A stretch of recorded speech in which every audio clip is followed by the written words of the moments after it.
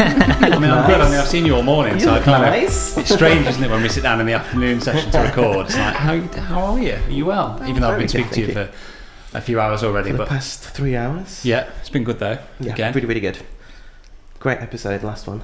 Yeah, each one though to come away with and been like, I've got so much. I've personally taken things away from each one, and Yeah, me and you have talked off camera, haven't we, about how we've both just growing. taken lessons from each person or couple or whoever it is that's been in front of us, and it's been amazing to just take those little nuggets away. Yeah, so hopefully people are listening to it going, yeah, I get that as well. 100%, they really are. They bloody better do. We know they are. But yeah, we're back again. We are Another Idea, a podcast for creatives. We champion, support and empower creatives to... Normally you do this bit, so I'm not used to it. I'm just listening and watching. Yeah, we're here for the creative. We're like a voice for the creative industry because it doesn't get enough of a voice. Yeah. Part of the reason we started this podcast as well, and we didn't talk about this when we had an episode where we talked about the challenge of the podcast, and I wanted to mention this, was that a lot of podcasts out there, they're people that are already huge celebrities or established businesses and brands. Yep. And we just felt like there was a big gap in the market for just people that are just turning up day in, day out, running creative businesses, either by themselves or they've got a team of 4, 5, 6 people, whatever it might be, that we can kind of give a voice to, or do you know what, something that's just a bit more relatable. Yeah, like me and you both love like Diary of a CEO and Stephen Bartlett, and we love a few other podcasts. Yeah. But often the issue that I have with it, as inspiring as they can be, is that they're not particularly relatable. Yeah. Like, I'm not going to launch, a chain of pret-a-manger's all over the country, or and 10 million in 5 years. Yeah, or have a prolific, high-profile sports career. That's not me. So that's why we set it up, was to give a voice to the ordinary guys. Yes, come on, and girls. No, here we are. We love you for it. So so if people can like, share, subscribe, that'd be share amazing. Thing, Igor. Tell us, how do we do that share thing? Because we talked about it in the last episode, but it is massive for us, isn't it? Yeah. Just a single share on an Instagram story is massive. So if you are listening now, just take your phone out, screenshot it, tag us, share it. Yeah. For us, it's huge. It's really appreciated. Please review on Apple, like on Spotify, comment on YouTube, and lots more people watching it on YouTube at the minute. Have you noticed? Yeah. It's good. Like dual screen, get your dual screen up and running and just watch us. Today we've got an exciting episode, haven't we? We have, buzzing to have these guys in the studio. Studio 74 are in the studio. Ooh, yeah. How are you guys, first of all? Good. Yeah, good. Glad it's still warm outside.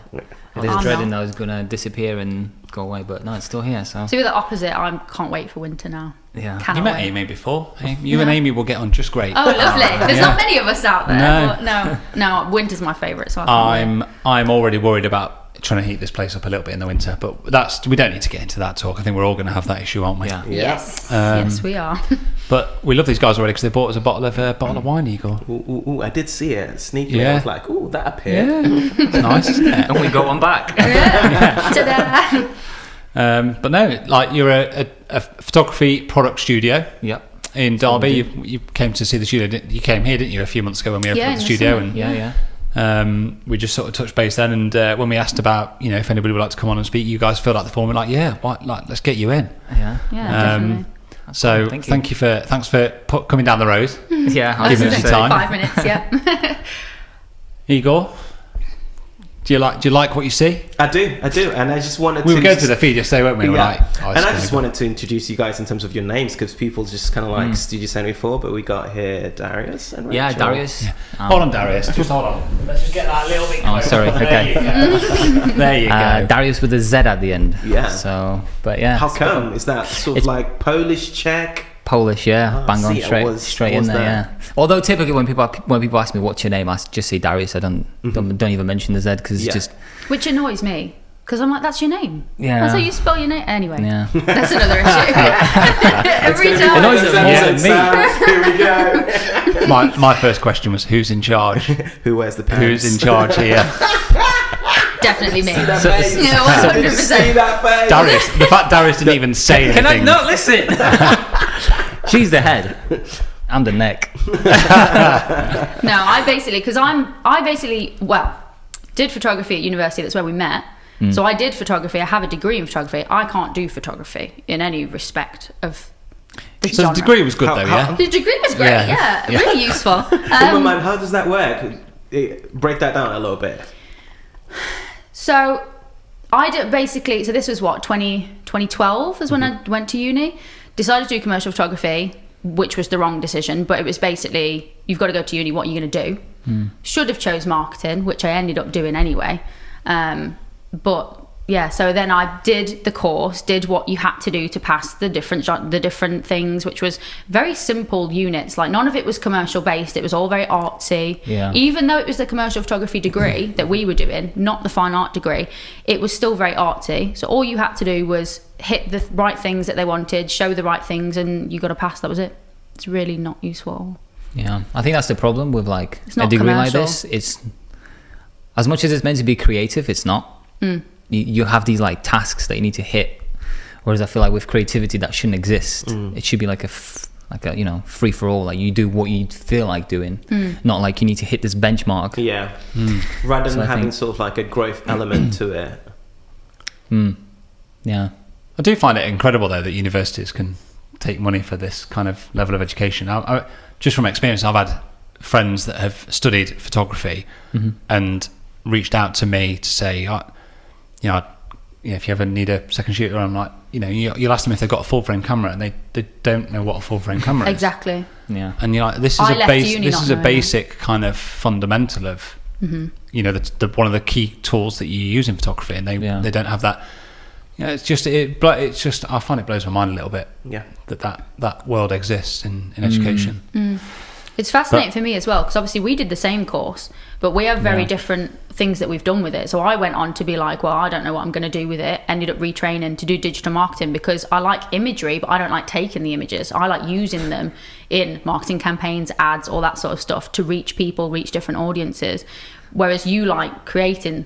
And the way that we came out the same course is fascinating because you taught yourself retouching to like a high level, like a high end, and we weren't taught that. You can tell that it shows on your feed. Like, that's what the aesthetic in your work is shout incredibly polished.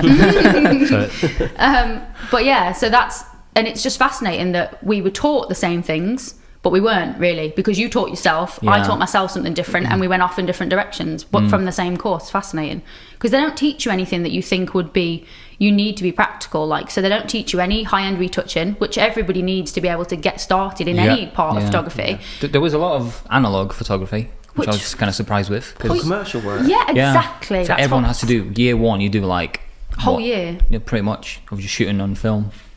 Doesn't make sense. If it was fashion, I would kind of like get it. But for the fine art photography, not commercial. Yeah. And there was nothing about products, and there was nothing about, so what you take as commercial photography for us anyway is product based, and it's selling something to somebody. That's what commercial means. You taught zero about that. I think we've really sold commercial photography degrees here, haven't we, Igor? I think it's a good job the course doesn't exist anymore. It was there that you go. good. I think it's what you make out of it, really. Yes. You do have access to like studio equipment and everything, Hasselblads, phase That's ones, true. whatever you want. Yeah. It's just there's certain limitations in the way, and I don't know why. For example, Hasselblad you couldn't go and rent out until you got to third year.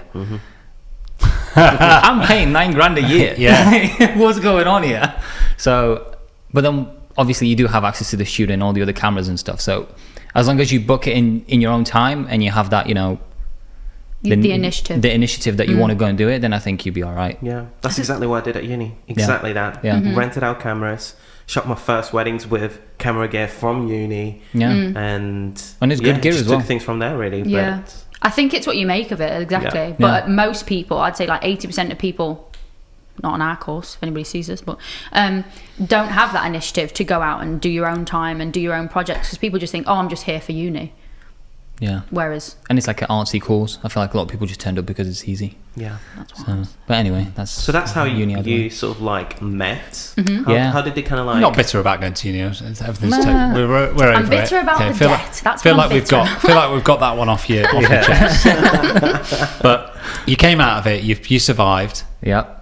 You guys obviously stayed together. Yeah. You're still together. And then you moved into studio photography. Yeah, why studio photography? What was the kind of calling there? How did that come about? So after uni, I sort of knew now it's time to get a job in photography, which proved not as easy.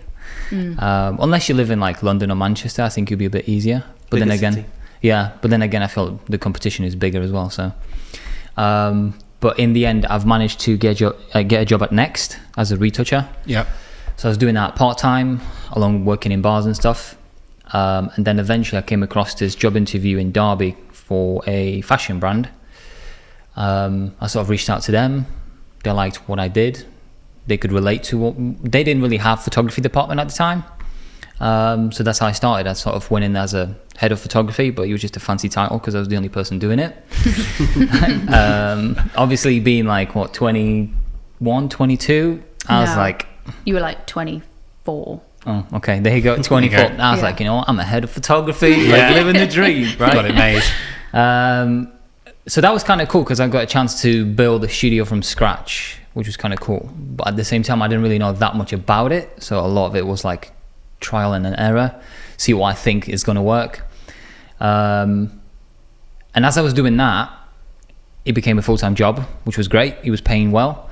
But on the side, after your typical 9 to 5, I was doing my own clients since I was doing it at uni. So that was like product photography. That's what I've always wanted to do. And yeah, it just sort of sat on the side every day. And for about 5 years. Yeah. 4 or 5 years. Yeah. Like, well, it was since like, leaving uni, really. So 2015, when we left uni, is when you started picking up like small businesses around Derby in our spare bedroom of our tiny flat. Yeah. Which is kind of crazy how much money you can make from your bedroom. Like, it's just you can't bring a client. That's it. Yeah. Yeah, no client visits, but yeah. Can you do any behind the scenes? Yeah.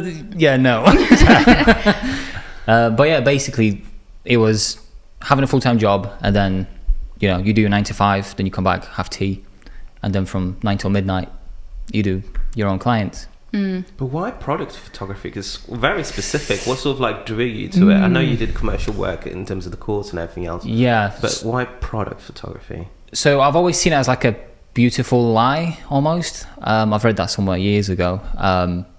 Basically advertising photography for products. You see a product in a magazine, you're like, oh my God, this bottle of perfume looks absolutely amazing.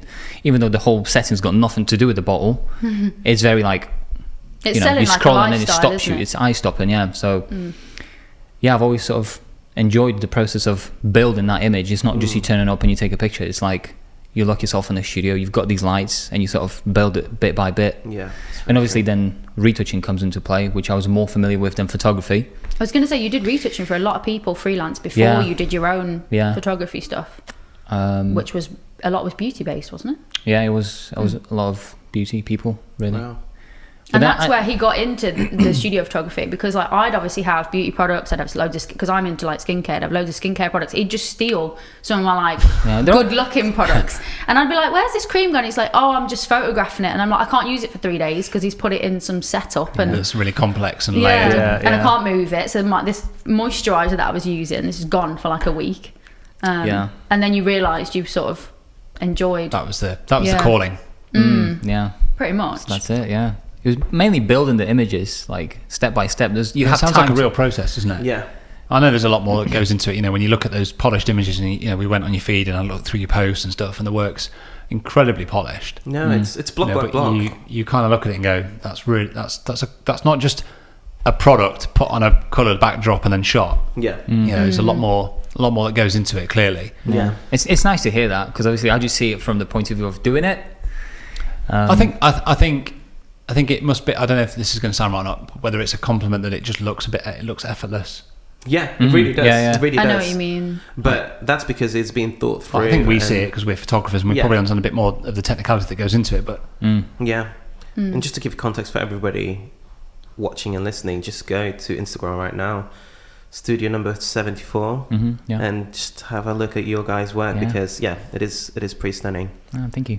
Yeah. So what was the change then? So obviously you're in that comfort zone of having a 9 to 5 and a study pay packet, and then obviously you're busting your gut in the evening to meet the demands of your growing client base. Yeah. And then, am I right in saying that COVID was the kind of, was that the trigger? Was that the moment when things started to change, or? See, we're laughing because we haven't actually spoken about this yet. And I'm going to answer this, not you, because you're going to get us in trouble. So, here we go. No, basically, we've not spoke about this yet, but basically we went, so the whole pandemic, we were obviously at home working from home. He had all of his client list as usual. Yeah. And then we got to January this year of 2022, and it was just a normal Wednesday. And then, so basically, backstory, we worked at the same place, this fashion company. So I was head of marketing, he was head of photography. So we worked quite closely within the same company. Head of photography. Yeah. She was only the only person doing marketing. Okay. Still, I'll take it. But yeah, so obviously they knew we were a couple, obviously. And then basically it was just like a random Wednesday in January, and we sort of both got called into an office, and they'd basically found that we have Studio 74 as like a side thing.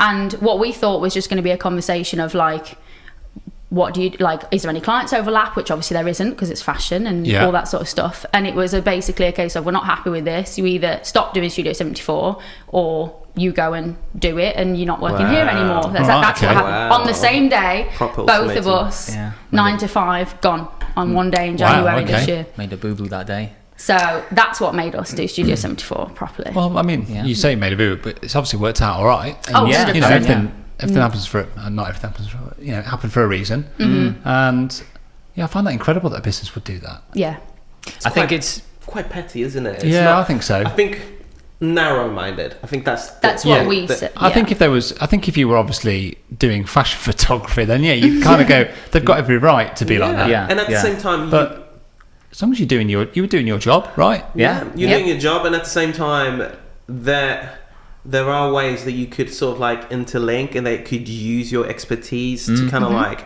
bring you in to kind of like just use you guys like pushing a different to its full potential, really. And it's just, I think it's narrow-minded. It's just narrow-minded. I think I'd be looking at, if I was that business, looking at ways to sort of integrate, you know, what you're doing into their business in a way. If rather than actually feeling like a threat of my actually employee. I mean, if you don't mind asking, how old are you guys? 35. 35? 39. 39, okay.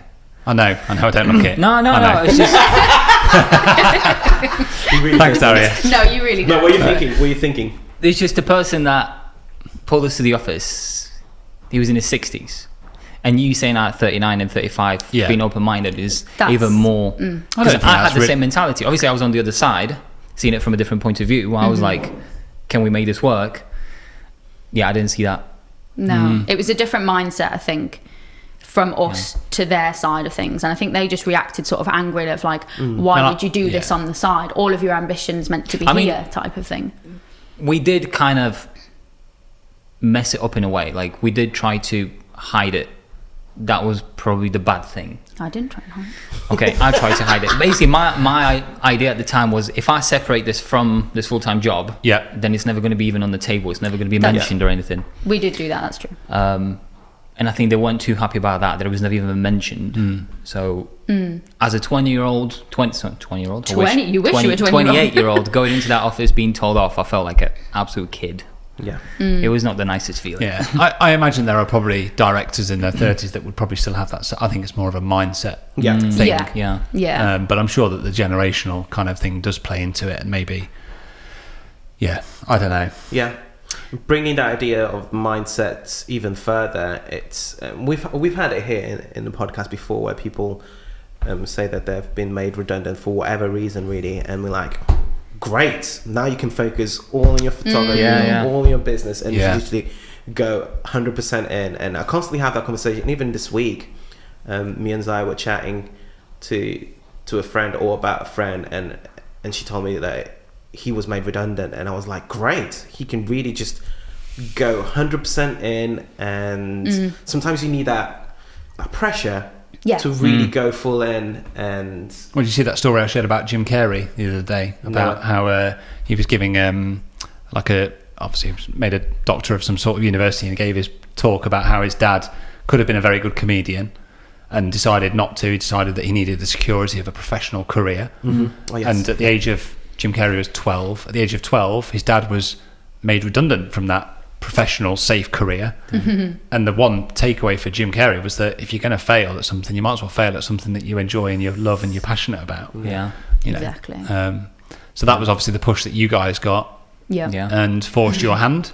Yeah, Yeah. definitely And then did. Yeah, I mean, you had no choice then, really, did you? Yeah, Nope. yeah. That was it. Out. Yeah. The first month, obviously, is like panic mode. Well, You look at, well, yeah, all right. I was panic mode. She was like, "We got this." I was like, we're fine. We've got Even this. though Is it what was- we planned to do. This is what the long-term plan was. This is fine. This is what we're meant to do. Yeah. He just panicked for about 3 months.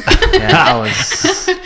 My Constantly. idea was always to have X amount of savings put away, to have like a safety net of walking away. Instead, I've walked away with 0 savings, $3,000 in debt on a credit card, and I was like, shoot. Yeah, you can Not swear. the It's fine, best thing. Darius. All right, okay, great. Shit. He swears all the time. It's like, Then he's I done was well like, so then I far. was like, shit, like we're not in a great position to do this. Yeah. But yeah, we made it work.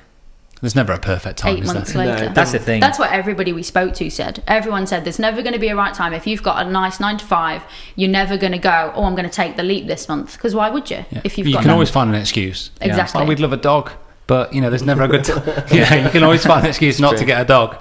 But I find excuses for not having a dog. But yeah. Well, we didn't. We got the dog, so A big hairy one. big dog. Yeah. There's a lot of hair in the house all the time. He's beautiful though. That's There is the- reasons not to get a dog for sure, Yeah. but we just ignored them and got one anyway. But going back to the thing, what's actually really funny is today when I was in the studio looking at a calendar, as I was scrolling through October, 2 years ago, I've put something on the calendar that I was talking to someone from that business. And I said to them, in 2 years, I'm going to go away. I'm going to go solo. This one, I'm going to do it. And it was meant to be on the 1st of October. And I saw it today and I was like, damn, like that, you can't plan anything. Yeah. You really can't plan anything. So, Sam, So, Igor. Studio Ninja. Yeah, let's talk a little bit about our sponsor. And I was wondering about what we need to say in this little section because I really want to talk about just how vital it is to my business. And one thing that came up recently was in my own business was that I was thinking about whether I need to get a VA on board. Like, do I need somebody that's going to help me just, perform some of the admin tasks? And when I looked at it and it really boiled down to what do I need somebody on board for, I realised that I don't actually do much admin. Yeah. And I don't do much admin purely because of Studio Ninja. Yeah. Everything's automated. Yeah, my invoices, my diary, my questionnaires that I send out, Email templates. chasing up invoices. Everything's fully automated to the point where it doesn't take a huge amount of my time anyway. So it kind of defeats the whole point of a VA. So for me, it is a very integral part of my business. Yeah. And I think when you're running a business, you're self-employed like we are, being efficient, being productive, making sure that things run in the right order. If you find yourself doing any kind of repeat task, you have to say to yourself, why am I repeating this? Automate it. And if you can automate it, then that's it. And that's really where Studio Ninja fits in with me and my business. And they have very kindly given us a discount code, haven't they, for this podcast? So what's that discount code, Igor? Another idea. And another idea gets you 50% off your first annual subscription. Yeah. So it's just a no-brainer. I mean, I wouldn't even be hanging around. Just go and look at Studio Ninja. Just go and do it right now. But thank you very much, guys, for sponsoring this podcast. We love you. We appreciate you. Keep it up. We love Studio Ninja. Have you ever recorded anywhere you forgot to turn the cameras on? Once, yeah. Let's not talk about it. not talk We don't, okay. We don't talk about it. So one thing I really want to talk about with your sort of work and just the aesthetic of your work, I think is really clear and defined. It has a very consistent look.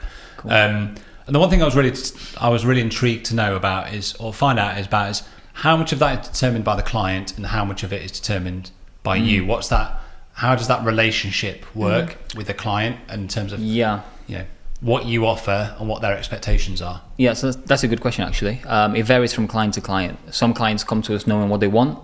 Some clients come to us not knowing what they want. Some clients come to us knowing what they want after they've been burnt, and they go like, we definitely don't want that again, which is a great indicator actually. So typically the way the workflow goes is the client comes to us, they say, hey, I have this product, I want some pictures. Okay, great. Do you have any ideas? Come to the right place. Yeah. Do you have any ideas of what you're after? Then sometimes they'll see other brands that they like and they'll be like, we like something like this, which is kind of great and not great, because if they're showing me like, some stuff from like Kylie Jenner Cosmetics. Exactly, a £50,000 budget Exactly. to kind of get. So Constant problem. From then on, we sort of say, okay, how about we start developing a mood board to give you an idea of what we're thinking we can produce. And at that stage, the client has a lot of input. They can tell us, okay, I like this and this, I don't want that and that, and we take it from there. So we build out a mood board on Milanote. I don't know if you guys heard of it. Yeah. Oh, no, never heard of that. What is it? Milanote. Okay. Yeah, super. Really useful tool. Yeah. By this stage, have you sort of like signed a contract with the client already, or is it sort of like it's very much open and you guys are sort of like just going back and forth in terms of trying to agree something and then sign? This is more my side of things, because I'm like he doesn't do email threads and whatever. That's my side of things. So basically, if somebody reaches out to us initially, or we've reached out to somebody sometimes, if we say, oh, they've got like a new brand, or they'll be based in Derby or somewhere close, we'll kind of reach out to them and say, we love the look of your products, we'd love to shoot them. Do you have any need for photography coming up? Or they reach out to us, either way. And the next steps will sort of be, because the problem that you have a lot of the times, especially with smaller businesses, obviously they don't have a huge budget for photography. They just don't, because who does when they've got so many other things to pay for? So the first conversation is normally, this is a rough guide. We send out like a rate card, basically, of this is the kind of things we offer, everything from like e-commerce photography, so like the pack shot side of things, and then the creative side. And we'll basically send out a rough guide of the kind of prices versus the kind of time that takes, how many images you get for that.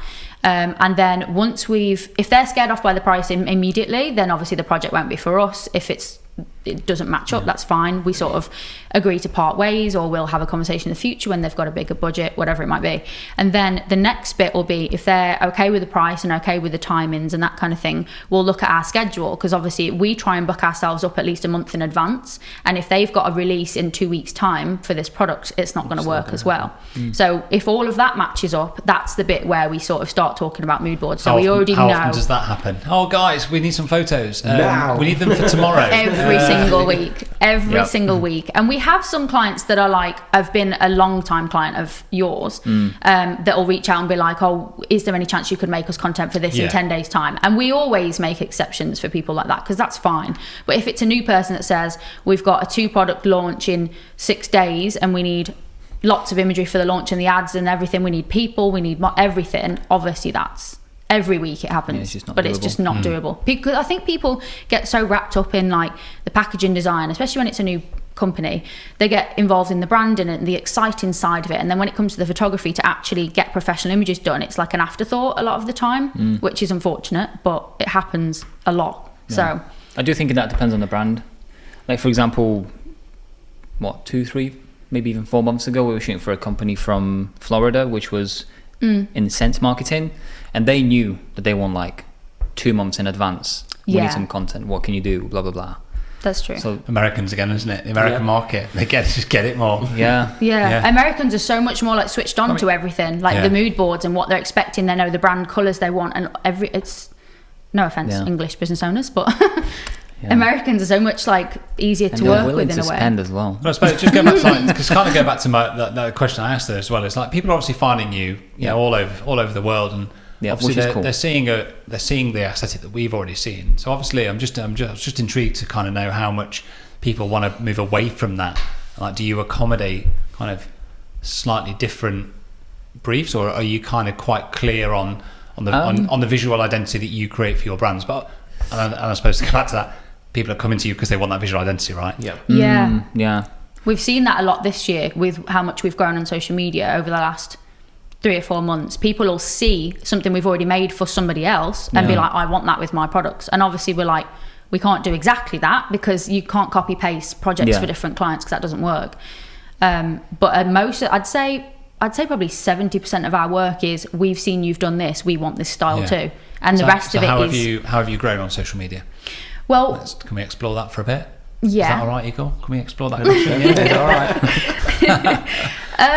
right. So basically, obviously, prior to January and having full-time jobs and everything, we couldn't show our faces, we couldn't do a lot of social media, or we didn't want to, because we were sort of, and we obviously were working all the time, so we didn't have the time to put the energy into social media. So then from January onwards, when we sort of decided we were gonna obviously do this full-time, made to do this full-time, we wanted to do it full-time.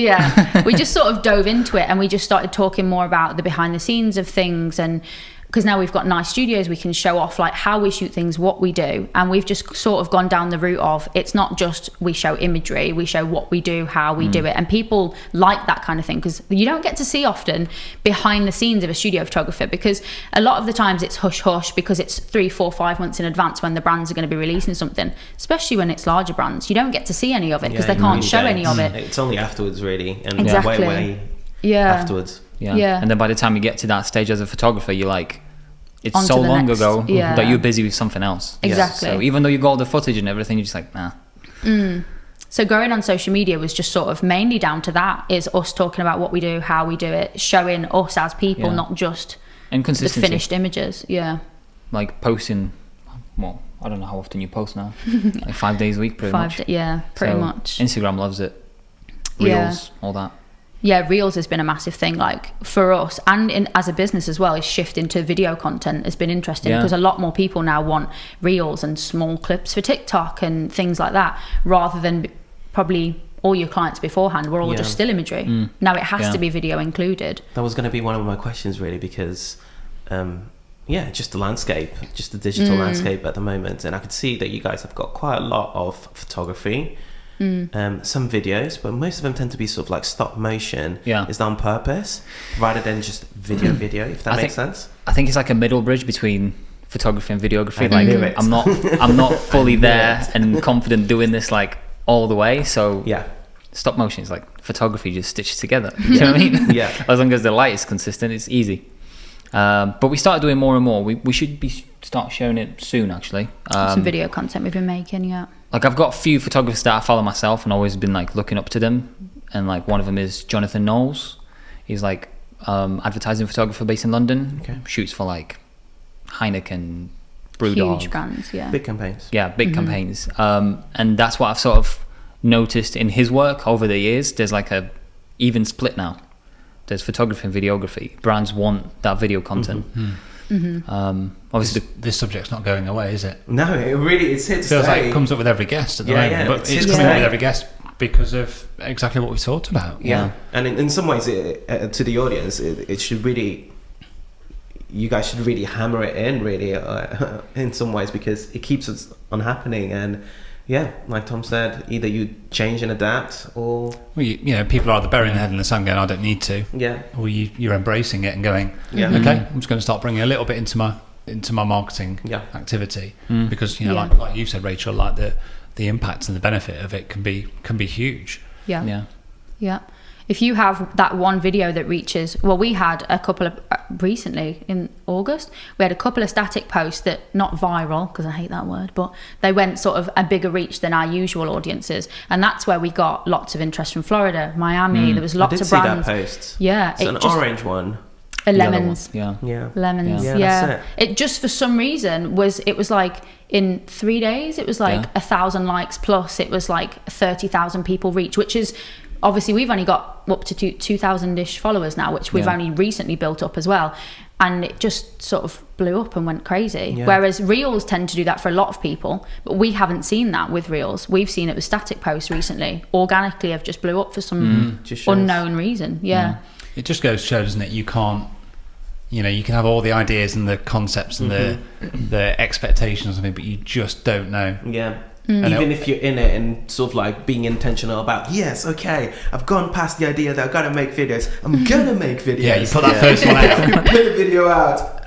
7 views. But I'm not gonna die because of this. I'm gonna put another video out, and another one, and another one, and another one. I feel like DJ Khaled. You're bringing the energy today. I like it. And nothing happens in some ways. So it just shows that sometimes, even though people are sort of like hammering on the point of video, static or images can still have a great virality about them. Yeah, totally.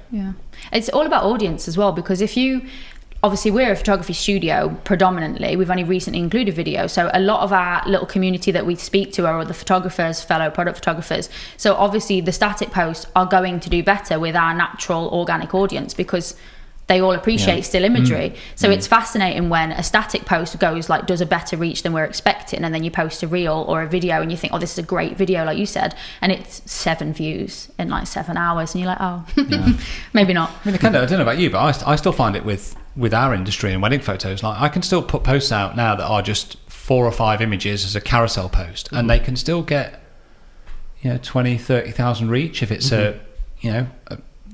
you just can't predict what's going to happen. I always try and look for that opening image to be one that maybe is just going to grab someone's attention a bit more, and just have a little bit something more to it than just looking for something that's a little bit, that's going to break the mold a little bit when someone's scrolling that kind of search feed. Thumb stopping. But even then, you still, it's in the hands of the Instagram gods, isn't it? Yeah. I think for me the most painful thing about Instagram is like I feel like we produce a lot of content for other photographers. I don't know how to break through that barrier where it's like for the clients. What do you mean you produce photography? As in our audience, most of our audience is photographers following photographers because we all follow each other's work and each other's portfolios. You all use the same hashtags and all that. Right, okay, so you're on about actually are your clients your potential clients going to get to see that rather than just photographers? Right, I'm with you, Okay. That's what he means. It's the problem is like you see the constant same faces other photographers aren't going to pay your bills, are they? Exactly. It's nice for likes and reach, but that's always annoyed you, hasn't it? It's like, how do you get sort of out there to potential clients? But that's why whenever we've got someone new reaching out to us, the first question, well, not the first question, but one of the questions is like, how did you find us? And quite often it's actually Instagram. They say, oh, we've seen your work on Instagram. I'm like, which hashtag? Tell me. How? Where did it come from? Outside of Instagram, what would you say is the next sort of like calling point that people actually are finding you? Or do you find that mostly it tends to come from Instagram? No, Google is big for us as well. So obviously our website is like a big portfolio, obviously. And we've got like a Google My Business profile and all that sort of stuff.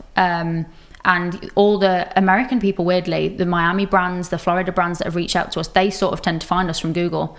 So they'll reach out and just say, we saw your portfolio online, because they're basically, the main search term is studio photography products. And obviously we're going to come up for that because SEO on our website means that we should, if I'm doing my job right, pop up for that. It just tends to not be English brands, which is really strange. Americans find us on Google, English brands find us on Instagram. It's the weirdest amazing, thing. Isn't it? I just love them here. I love hearing them talk about it. So when was it you left your previous job? 8th of January. This year? Yep. Yeah.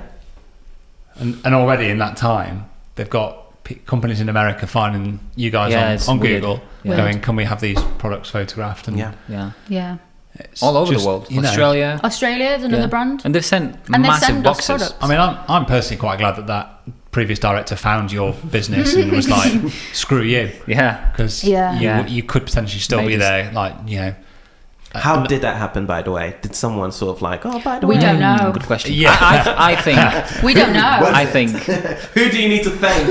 Not from a point of like, I'm going to get you, but no, actually, I'm going to thank this person. Now that the time has gone by, I'll reflect on it, and you're right. I should thank that person, whoever did it. But if you would have asked him a few months ago, he wouldn't have had the same answer for the to that. first 2 months, I was panicking. But I think what happened, is... So, do you not think that like kind of focuses your mind a bit though? Do you not think that fear and that worry really kind of allows you to, like, for me anyway, I often find this when I found it when I came in the studio, it's like it gives you that little bit of fear just on your shoulder and your background, like just saying, come on, this has got to work. You've got to do this. You signed up for this, you wanted this. You kick in, don't you? And then there's me on his other shoulder going, come on, just do it. What are you doing? That's the thing. I don't know why I had so much doubt in the beginning. Like, I knew I just need to get on with it and start producing the work. But I think it's just that initial step of like, God, I need to find the work now. It's not just going to turn up. But touch wood, for the past 9 months, the work is turning up. Like, we've maybe we spoke off camera before we started about the fact you're now looking for a bigger studio. Like you need a bigger space. Which is crazy. In a very, very short space of time. Yeah, literally. In January, when all this happened and we were sort of like sitting on our sofa thinking, oh God, we've now got to do it. Like, it's all on us or nothing. Yeah. That's it. Mortgage, 2 cars and leases. I was like, are we handing everything back in, or what's the drill? We were just sort of like, what do we do? Like, what's our plan? It was like the panic of like, well, we've got the studios and we've got this and whatever. Do we do one studio? Do we bring it back into our house so we don't pay any rent? It's hard to go back into your house. I know, it's because he was doing it in our spare room before in the pandemic, and it was just that blind panic of like, don't make any decisions now is the conclusion we came to in the panic. Don't make a decision. So we kept the studios, and then like 8 months later, now we're looking for a bigger place because the place we were going to hand back in and be like, well, no, we don't want to pay for that, is too small. And it's just crazy what can change in a few months' time. Can we talk about what it's like working with your partner? Should we go there? Everybody asks us this. Yeah. We've always worked together. Yeah, who wants to go first? Why, what's your answer? Yes, Darius, what do you think? You go first, While maybe. she's looking fiercely I think we get a lot of people that listen to this as well that, we know it as photographers. We've got, photographer friends that are, working working with their partners. And there has to be a real kind of understanding between the two of like, designated roles and a clear understanding of who's doing what. And we kind of have that relationship. Where does it stop being business partners and friends, or in this case, partners, literally boyfriend and girlfriend, fiance sort of thing. So just throws the dynamics. Okay, so I actually enjoy it, and it's not the first time we've worked together. Right answer. Yes. See you in the next one. Rachel's tick. Okay. Done. Happy. Please. So first time we worked together was actually at uni. We both worked in different bars, and we ended up working in the same bar. He was my manager for a while. I was a manager for a while, yeah. She did not like that. No. Because I was better at that than you were. Yeah. That was why I was annoyed. Yeah, probably. I just like your whole no-nonsense attitude. Yeah, that's one thing about Rachel. Like, if she doesn't like something or someone, she will let you know. Like, there is no messing about. But so working in bars, that was first. But the difference was we were working on 2 different floors. So we would not actually see each other that often. But it was so funny as well, because when we first were initially working together, there'd be like new hires all the time, and no one would know we were a couple. No one would know we were a couple, because it would get to like a Saturday night, and we'd like be going home in the same car together, and people are like, where are they going? We're like, we're going home. No one would know we were a couple, because we've always had that like professional level, because you have to. We used to actually just we discussed at the very beginning when we started working together. Like, when we go through that door, we act like we're not together. We don't know each other. no, I didn't want to say that, but like, it's professional. We turn it up for someone else to do our best. So why should we be bringing our stuff here? Do you know what I mean? Yeah. So even if you're arguing at home about something and you're disagreeing about something, why should that affect anything here? So those same rules still apply when you're working together in a photography studio. Well, it's difficult now. That's exactly what I was going to say now. When it's like exactly the 2 of you only in the studio. No, it's different now. It's difficult because obviously in January we had this mindset of like, we've got to take on every project, we've got to fit everything in, because now we're like making money for ourselves. This is our entire income. We've got to take on everything.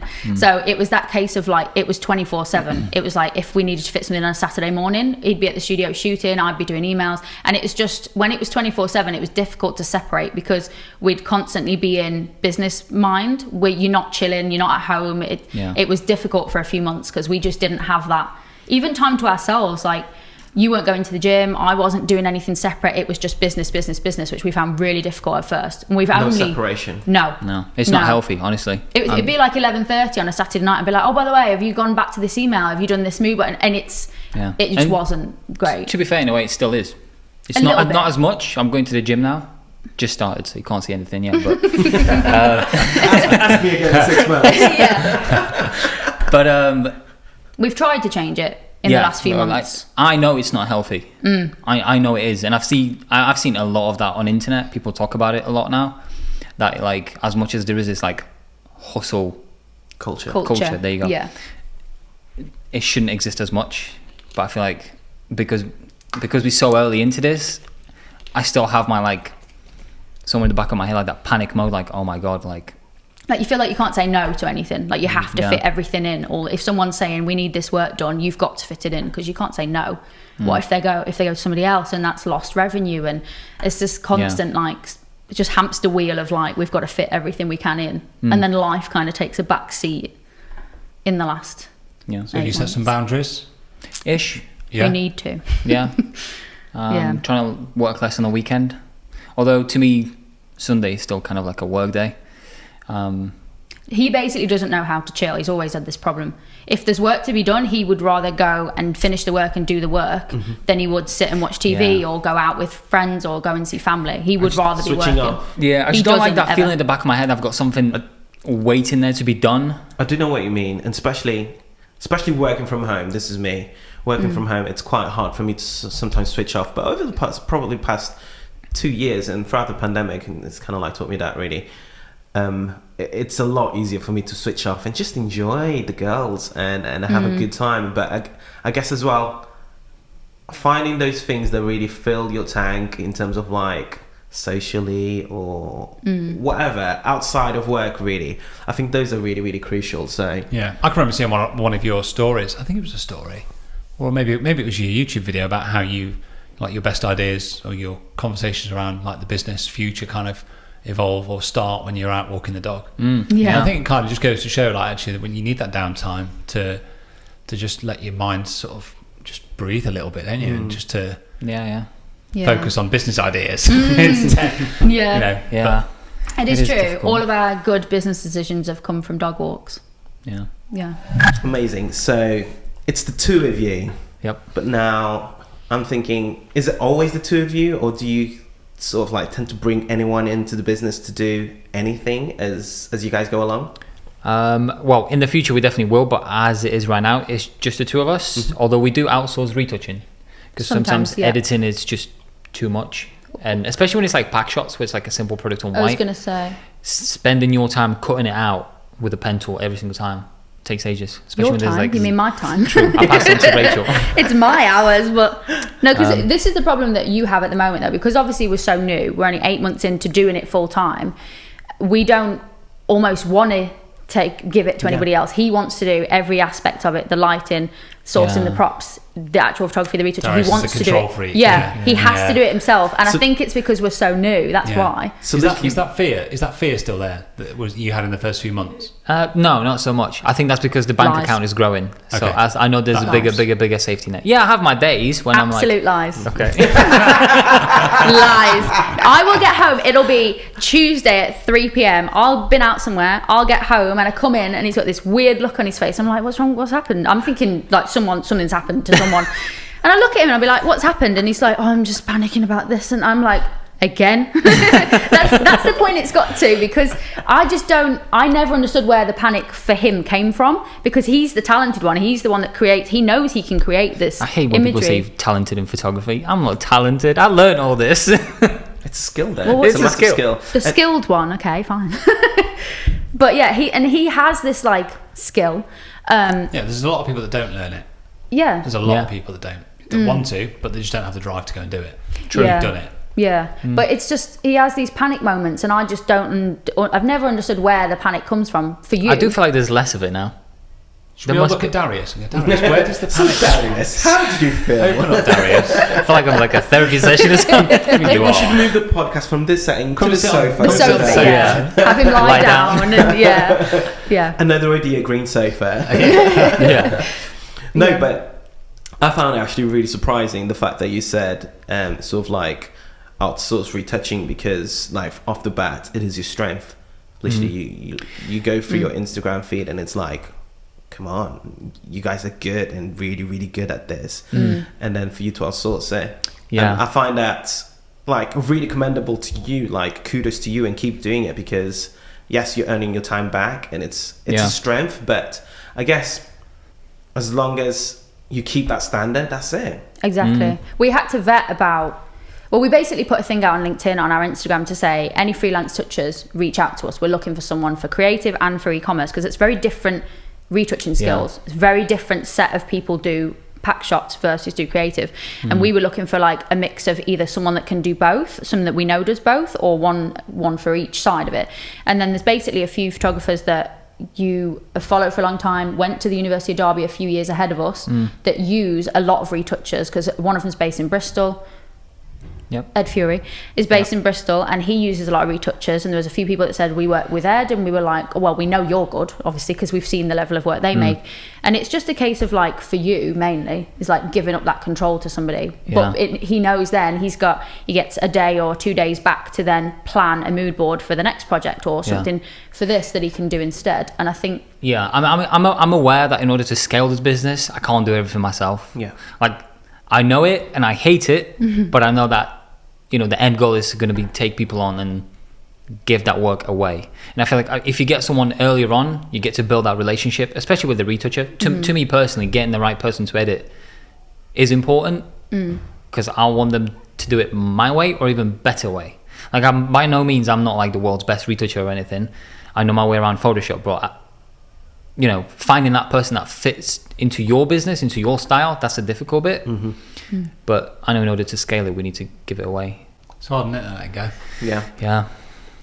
Let it go. Let it literally, go. I'll be in the corner playing that as it happens. And I think I'll have to make sure that you don't micromanage people as well when that does happen, because you'll be like, oh, what could you do it like this instead? That's the thing. So right now, like the retouchers that kind of remote, I would love to have someone in the studio so that as I'm shooting, they're already editing.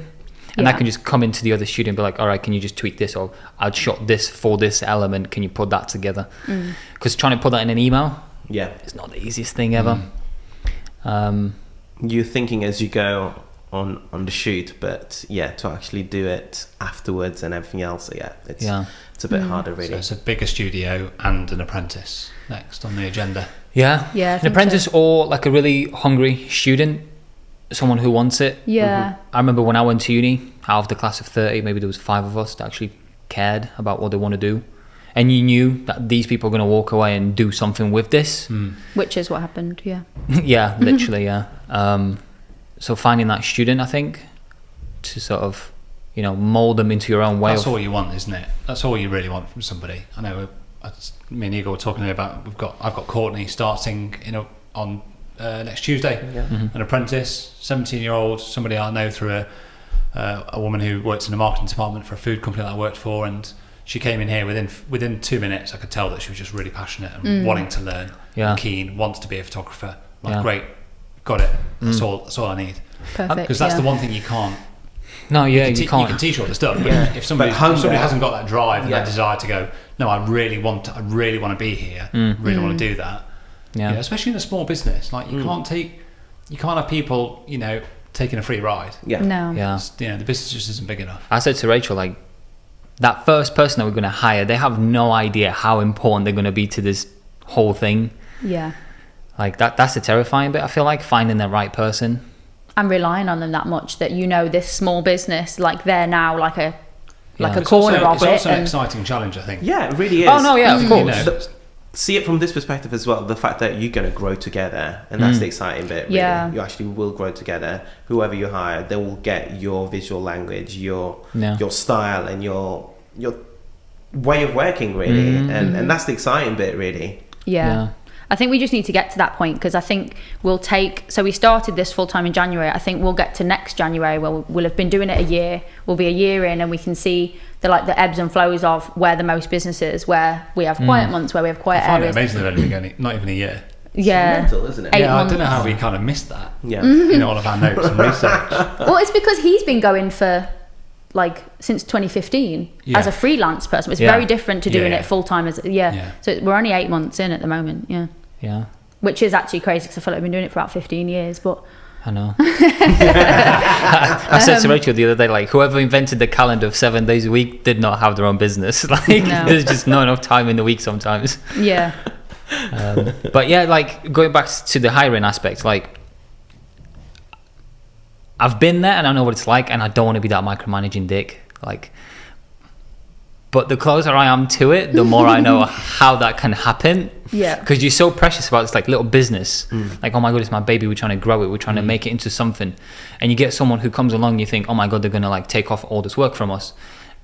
And let's say they're not performing to what you were expecting. And you're like, shit, like I need to tell them like it's time to step in and mention something. Do you know what I mean? Yeah. So... And I also don't feel like we're old enough almost to be in charge of someone. I feel like we're too young for that. No, We shouldn't be telling anyone what to do. I think it'll be one of those things that, and I think this of myself as well.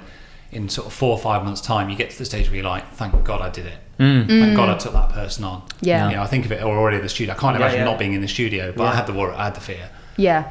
And you talking then, Darius, like made me think of a couple of things that came up during just other conversations we've had with other people here. There was the one thing that Tony Wormsley, about setting staff like a really clear framework and giving them the structure and the framework, and then allowing them to be creative within those boundaries. There was another one as well that I thought of, and I can't remember what it was.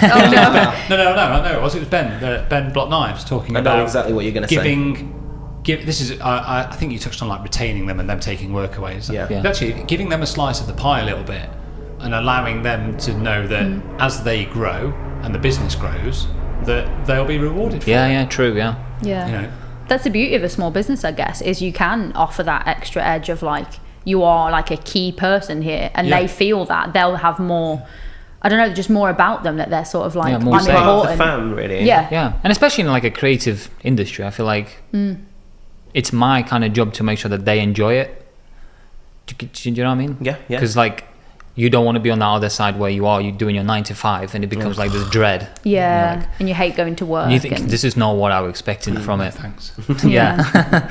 Well, that's the thing we were spoken about as well, isn't it? Like, we at the end of the year, when it gets to like Christmassy kind of time and we're winding down for the year, we need to sit down as business people and sort of write down like things we've achieved, the amount of projects we've worked on, because we never take time at the moment. I think my friend asked me, and she basically said, have you looked back on like what you've achieved so far? And we were like, no, because we don't have the time. We haven't got time to look back on like, oh, look how many cool things we've worked on. We worked with someone from Australia in Miami, and we haven't been able to look at that because we just haven't had the time. We've just been like working away trying to make sure that we're like successful, like we have to do it and whatever. I think we need to sit down and like reflect on what we've managed to do. You'll be dead proud of it. Yeah 100%. I think so. I think when we look at it and we'll be like, we're all wow, guilty of that.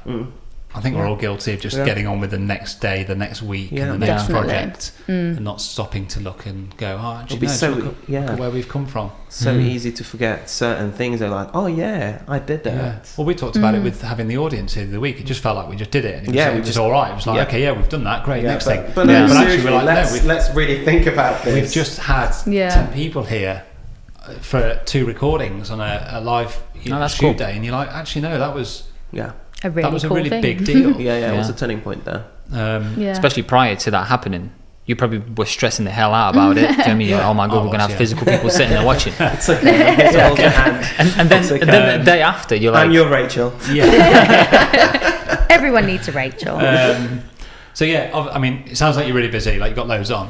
Why on earth would you then take on adding YouTube to your good question. I did ask that. level of work? I don't know. I'm not Rachel's sure. face, it's amazing. No, because he said I wanted a YouTube channel, and I went, how and when and how are you going to do that? Okay, so let me rephrase that question. Darius, why would you take on YouTube as an additional layer of work? Yeah, Darius, why? I don't know. There's something inside of you that tells you can do more. Actually, I know why. I've just thought why. I know why. Because we've spent the last, how old are we? 10 years watching people like Casey Neistat, who used to be a massive YouTuber, and we now watch someone called Max Tunin, who is this business owner in Texas in America, and he owns multiple businesses and he does vlogging, and we watch Asheville Weekly, who's this dude that owns a big construction company in London, and he does weekly vlogs of what his business of what his business does. And it's fascinating to just see what people do and how they do it, what they do in business, who they have meetings with. I know it sounds weird, but like, we're the kind of people that literally will just sit there and watch vlog style YouTube, and I have done for the last 10 years. I'm a massive YouTube fan. So when he said he wanted to start a YouTube channel, I knew exactly why, and it was because of that. Even your podcast, I prefer on YouTube. Same. I'm not a podcast listener. I have a mentality that I like listening to the podcast, but I always go back to YouTube to watch it. Yeah. Same. Every time. I like to see people. I like to see what they do. I'm basically nosy. Especially when you have It's basically. Yeah. I just like to see what people do. Like I find it fascinating. Like people vlog their lives, and I'm like, I'm going to sit here for 2 hours and I'm going to watch what they do. There's a lot of work goes into it though. It's a real effort. Yeah. So much. You know, we both put. I mean, I've only put one video on my channel, and you've done a few, and it is. Yeah, it is difficult. There's a lot goes into it. It's time consuming. You know. It's for me. To do It's it well anyway. I think to do it to the level that we would like it to be done to. Yeah. I think there's a lot goes into it. Yeah, you could do it half-assed, I think, but it wouldn't be worth doing. Yeah, you could just pull out an iPhone, walk around. Yeah. Do it that way. It's not quite. Instead of drag that camera around with the monitor and the mic and it's heavy. You go into Costco, you look like a dickhead because everyone's looking at you and like, what's he doing? And that's another problem. Like, who does he think he is? Yeah, literally that look of, oh, why has he got a camera? Yeah. Yeah. Look, Mum, he thinks he's famous. Literally. But in terms of YouTube, I don't have that. Like, oh my God, people are staring at me. I do. Yeah, Rachel is quite like conscious of it. I'm just like, and I think it's because of now running our own business, because you had to make so many decisions and there's no one to ask, like, what would you do? How did you do this? With YouTube, it's sort of like, well, I don't care about all of you here because this is for me. Yeah. Like some Joe in Costco, I'm never going to see you again in my life. Hey, if anything, you might find me on YouTube. You're going to give me that view, and eventually, hopefully, down the line, I'll monetize that view. So, but going back to your question, why add it onto the plate? I don't know. I feel like I can do more than I already do. And it's not just photography then, you know? It's going to help me to create content eventually with the video side of things. I think you answered it in some ways. You do it for you, really. Yeah. It sounds like you do it for you. And yes, we were talking about the find those sort of things that really fulfill your heart, and kind of like whether it's golf or whether it's going out with your friends or whatever. And I think YouTube is that thing for you, really. That's sort of like still hand in hand with the business, but it's your thing. Just from a business point, just to add on, I totally agree with everything that Igor just said. I think just to add one other little layer to that is that you also don't know what it might become. Exactly. And I also think it's really important in business to not have all of your eggs in one basket. Just have something bubbling away in the background that, you know, it might not do anything for the next 3-4 years, but something might happen. That one video might go out that all of a sudden goes boom. Yeah. And people are like, all right, I'm going to watch all of that stuff. And you just don't know. You don't know where it'll go. I think it's like a cool... I've never had like a journal. I don't really write about everyday stuff, but I feel like YouTube can be my journal in a way. It'd be cool to look back on, you know, 9 months ago or something, and have like a. And you look at all of the big YouTubers, or not even the big YouTubers, just the YouTubers that maybe even got 30,000-40,000 followers. They all started. They've all started. You just need to start those videos that are like, you know, pretty standard. You know, you only get better with that process the more you do it. So I think it's great. I think with what you do as well in that industry, I think if you can introduce that behind the scenes stuff a bit more. And there's one thing that I noticed a while ago when I was looking at YouTube is that the amount of brands that want to work with YouTubers to produce a shoot, but actually the episode is about the BTS. So it's like they pull it all together. So the brand benefit, the YouTuber benefits, they get a BTS video about how even the people that sort of like helping out, there might be YouTubers as well come in, and again it's just still a very American a very American thing, but actually I don't think it's caught on over here really. I don't know why. I genuinely don't know why, because we're just like give it time. We always sort of like 5-10 steps behind the US. Should we really to America? We should just go. There's some things about America that I don't like, so I wouldn't move there. I would say there's a big list, isn't there? But because you've always said you'd move tomorrow to like LA, wouldn't you? Yeah, I've always, not LA in particular, just California. I just want sun 24/7. I don't want to see rain or snow or nothing. I want to wake up. Winter lady over here. I think you might struggle with that. I'm not sure Rachel's going to agree with that. It's Rachel and the husky that. Yeah, we've got a husky, and there's no chance he's going to survive in America. No, absolutely not. I don't know. You know when you wake up and you look out the window, it's blue sky, and you're like, "Yep, 7 a.m. I'm ready for it." Face. No, I wake up and you know that smell of like when it's rained overnight and it smells like nice and like wintry and not tropical. Amy, are you still here? Amy, come here a sec. Fellow winter fan. I'm not coming on camera. You sure? Yeah, I'm not. We can't hear you. What's your favourite season? Autumn. Yeah. There you go. What's your least favourite season? Summer. Yeah, there you go. There's not many of us. No, it's not. There isn't. Every time I say it, people are like, but it's cold. And I'm like, yeah, that's why. I think I should move to Scotland. Yeah, I've said that. Yeah. There you go. We should move to Scotland. Now, sort of like getting towards the end a bit, sort of like big picture question sort of thing. What are sort of like one of the dream brands that you guys would love to work with? Oh, I thought you were going to say something else then. Dream brands. That's a good question. So that's more a question for you. I definitely like the alcohol sector of things, or the cosmetics. So having like Belvedere, Grey Goose, something like that. Why? Bombay. I've been to shoots as an assistant and I've seen the briefs, and those big brands quite often have very open briefs. They're there for the photographer's vision. There's sort of trust in them with that.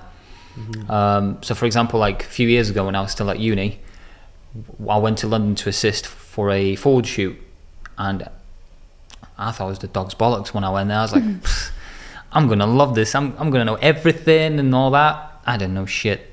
Someone said to me, can you grab a C-stand? I was like, what's a C-stand?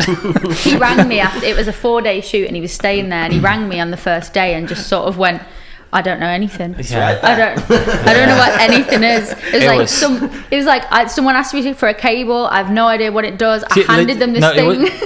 I was folding the cable and I got told off. They were like, what are you doing with that cable? And I was like, I'm just folding. It was like, you trying to break it? And I was like, damn. So that was very like eye-opening, brought me back to earth. Came back. It was a good job. He was paid well. But I realised I know nothing. But I saw the brief from Ford, and it was very open actually. As much as there were certain elements that had to be in the photo, like the model and the car positioned in a certain way, there was a lot of freedom, and there was a massive mood board where the photographers sort of developed it with the art director, and they just had the chance to put their own vision into it. And I feel like the big brands, they sort of come to you for your expertise. A small brand comes to you because they've seen something somewhere else, and they go, I want this. And that's the most painful thing for me, when they go like, I've seen Kylie Jenner cosmetics and I want this, and they're like for 200 quid. Yeah, and they're like a Cotswolds eyelash company, and you're like, fucking hell, like that's not going to be the same, is it? So those big brands, like Belvedere, Bombay Sapphire or something like that. It's amazing. You put it out there, manifesting it. That's it. Amazing. Exactly. I'm sure we will get there. 100%. It's just a matter of time. I mean, the future for Studio 74 is definitely not where we are right now. The future was always to have like a creative house.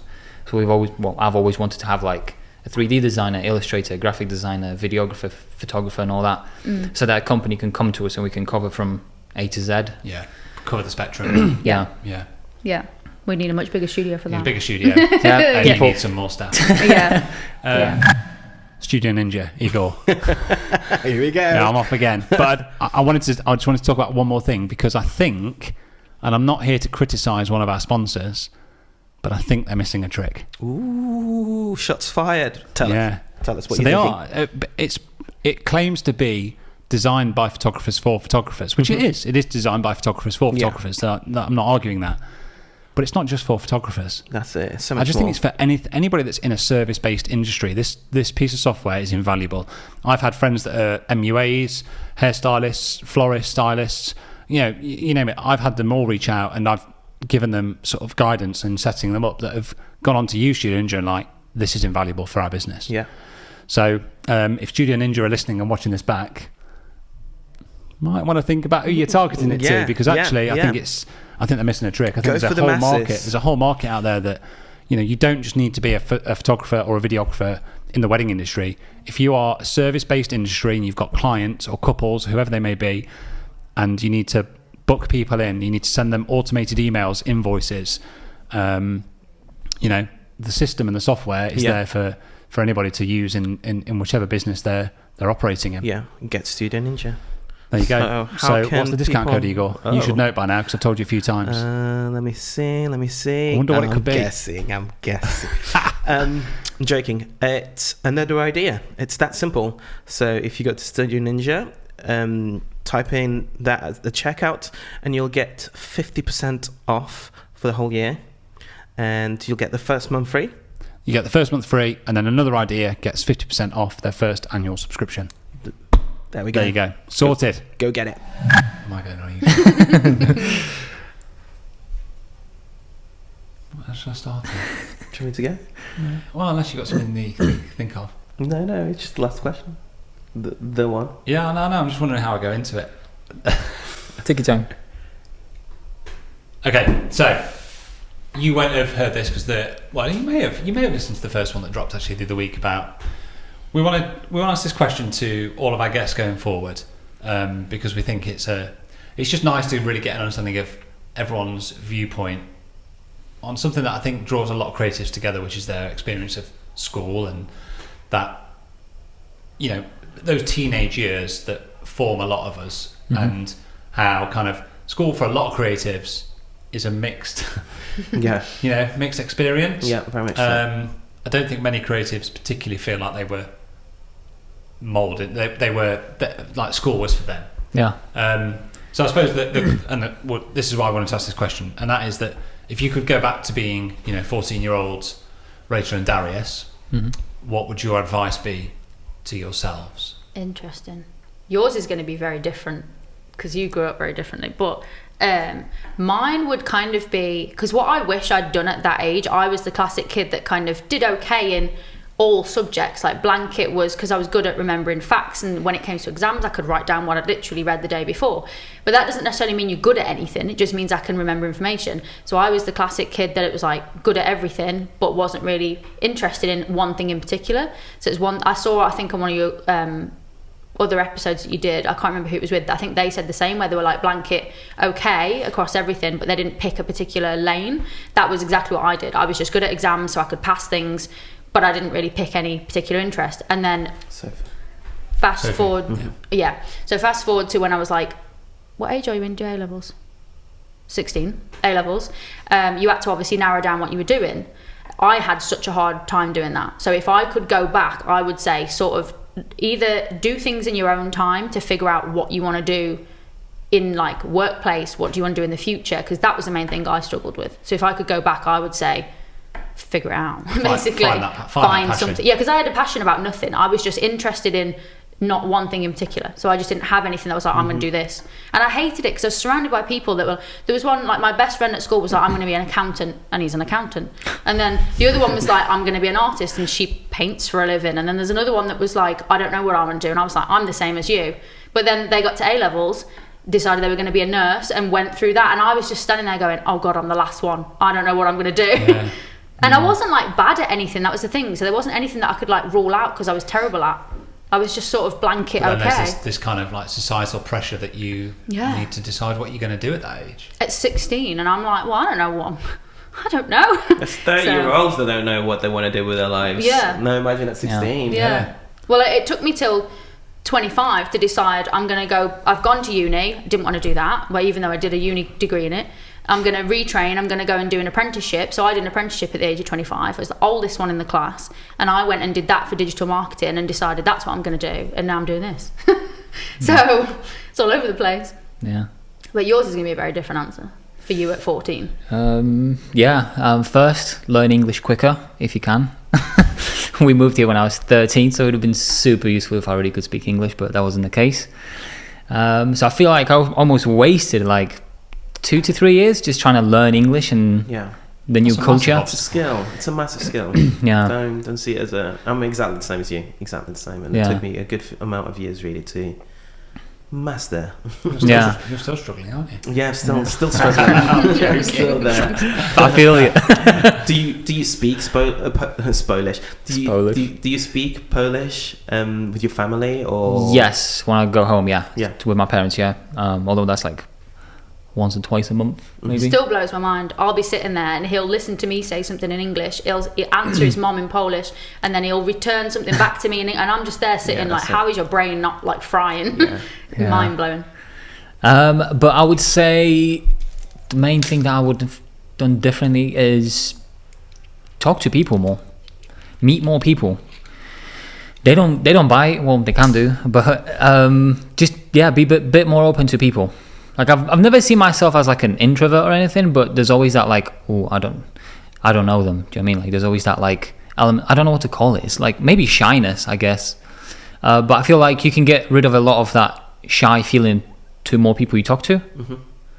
So if you were to, if you compare two people, someone who spoke to like 20 people and then someone who spoke on stages to thousands of people, I'm pretty sure that other person is going to be way more confident in life. It's the power of conversation, isn't it? Yeah. Mm-hmm.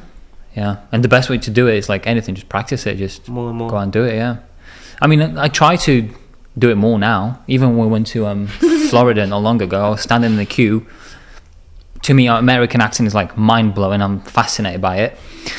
There's a bloke behind me saying something to someone else, and I just turned around and I was like, mate, you sound like Tom Hanks. Like, you sound amazing. And afterwards, she's like, fucking hell, why do you have to speak to everyone? I was like, I don't know. It was like walking around with a human Labrador. It was just everyone. It was like, hi, everyone. Hi, how are you? And we'd be in the queue for anything.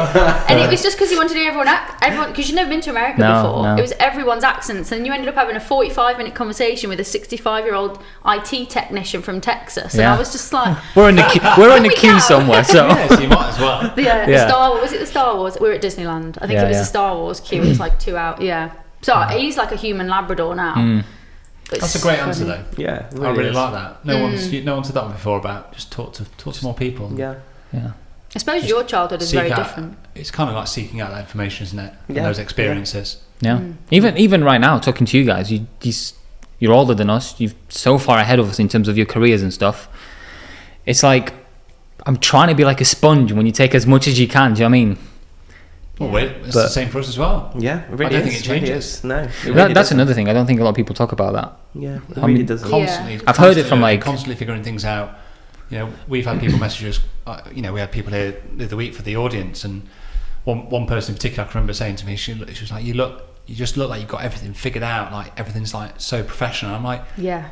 I know what she means. We are just making it up as we go. We don't really know what we're doing yet. Yeah, there's a standard. We know the aesthetic in some ways, and we know it's sort of like, kind of like a mental roadmap in some ways, but truly, we don't know what we're doing. It's so great to hear that, though, isn't it? Because we're like 8 months in, so we're literally trying to figure it out. Like, what's another avenue we could do? What could we do with this? And it's fascinating. Really it's really hard. Yeah. When you are self-employed, that you don't have that support. You don't necessarily have that support network around you. You might have friends and relatives that are all in that professional career. It's like, well, they can't. Yeah, it's not really a shoulder to kind of rest on, is it? They're not there to be able to give you that support and advice that you might need. Exactly. And it's hard to know if you're doing the right thing. I hope that's kind of where we come in a little bit with the podcast. Yeah, definitely. I watched the one with the last episode. Is it Brandon? Is it Jess? Brand by Jess. Brand by Jess. Yeah. So I watched that a couple of days ago. Was it yesterday I watched it? And I think I came up to you and I literally came upstairs and it was like a debrief because I'd watched the video and I was like, well, they talked about this and then she said that and then she only did it 3 years ago and then she did this. And he was like, who are we talking about? Because there was no context. I just walked in and started like saying it all. I was just like, I've just watched this, and he was just like, you sound like you've been really inspired. And I was like, yeah, I was, because I just listened to, like, when you take something in and you take so many things away from it. And he was like, who are we talking about? Then I made him go watch it. But well, we've had it with guests here already. We've sat here and taken advice from people that have sat in front of us, and I have got absolutely no doubt, I'm sure you've got to agree with me, that there'll be people that listen and watch this that will be inspired by what you guys have done. Yeah. And actually it will motivate them. They might be sat in that job 9 to 5 going, actually, no, do you know what? That thing I'm doing in the evenings, I can go and do it. Yeah. And I can do it full time. Maybe I just need to go for it and give it a shot. Go for it. Definitely. I think what you've done honestly blows my mind. I'm amazed we didn't pick up on it sooner, actually, that you didn't start this full time until January. It looks like you've been doing it for 10 years. Yeah. That's good. So I'm really excited to see where you take your business over the next sort of 4 or 5 years. I think come on. Yeah. I think you I think you can do it. Really can. And I'm pretty sure you will. I think we kind of will, yeah. Yeah. It's just, I'm a very impatient person. I want it now. Yeah. You want everything done yesterday, don't you? Yeah. Yeah. We'll get there, I'm sure. No, seriously, it's been an amazing joy to have you guys here. Oh, thank you. And where can people find you again? Just remind us of your Instagram handle. Studio NO74. That's us. Yeah, on everything, pretty much. On everywhere. Thank you very much. Thanks for coming down. Thanks for giving us your time. Hopefully, if people have enjoyed it, they'll give us a shout out and a share, and they'll tag share, you. Subscribe. Thank you very much, and we're going to have a little drink. Boom. Cool. All right. Thanks, guys. Thanks very much, guys. Cheers, Thank you. Thank you. Awesome. This is really cool. I've never done this before, so I was like, I wonder what it's like.